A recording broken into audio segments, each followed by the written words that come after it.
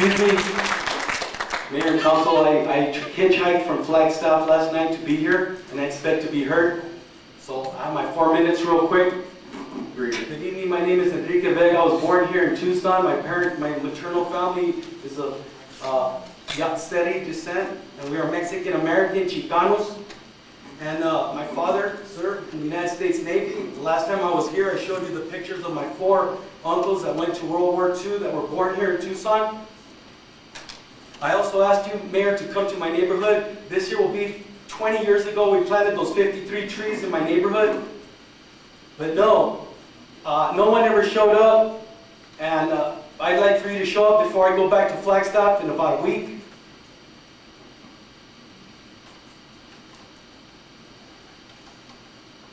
I also want to know why Channel 12 does not interview the Pahona or Mexican people, Mexican-American community of Tucson. Appears that there is a mission statement. I'd like to know if this mission statement includes not interviewing Mexican-American and Chicanos in Tucson, since we do not pay taxes. I'm going to describe just in 2 parts, the 64-year time period that Arizona was a territory, and after 1848, when this was Mexico, and then the second part is Arizona history after 1912. First, I'd like to say that I had the opportunity to go to the Kaibab Youth Reservation early this year, and I was amazed that only 23 years later, after this became the United States, their population went from 5,000 people to only 200 as a result of white Anglo-America taking and displacing all the lands from Native American people.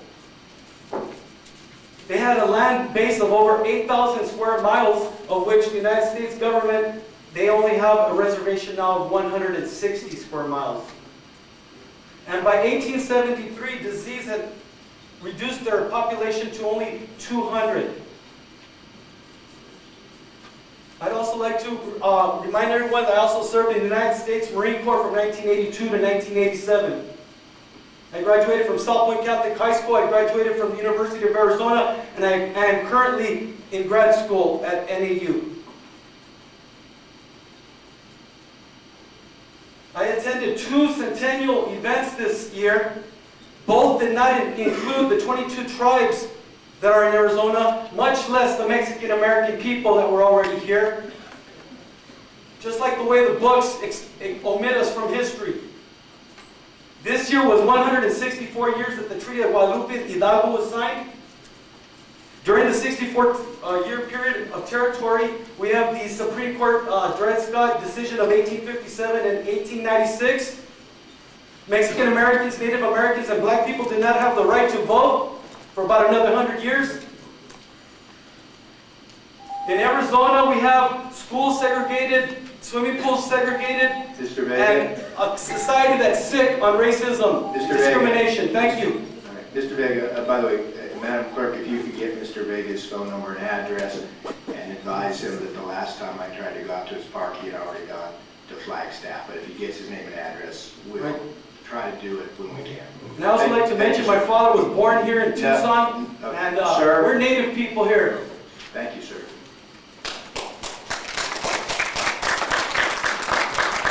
Did the rest of us get to talk now too? No, we've had our half an hour. We've got a long meeting, I think. We went over for one. We should go over for everybody. We're not going to do that tonight, Mr. Nimi. All right, item 7. You owe us like 3 or 4 minutes because you and Rahina were talking up there, and you weren't cutting the time. Mr. Van Heijken, we've gone over, Yeah. well over tonight. Yeah. Item number 7. Consent agenda items A through M.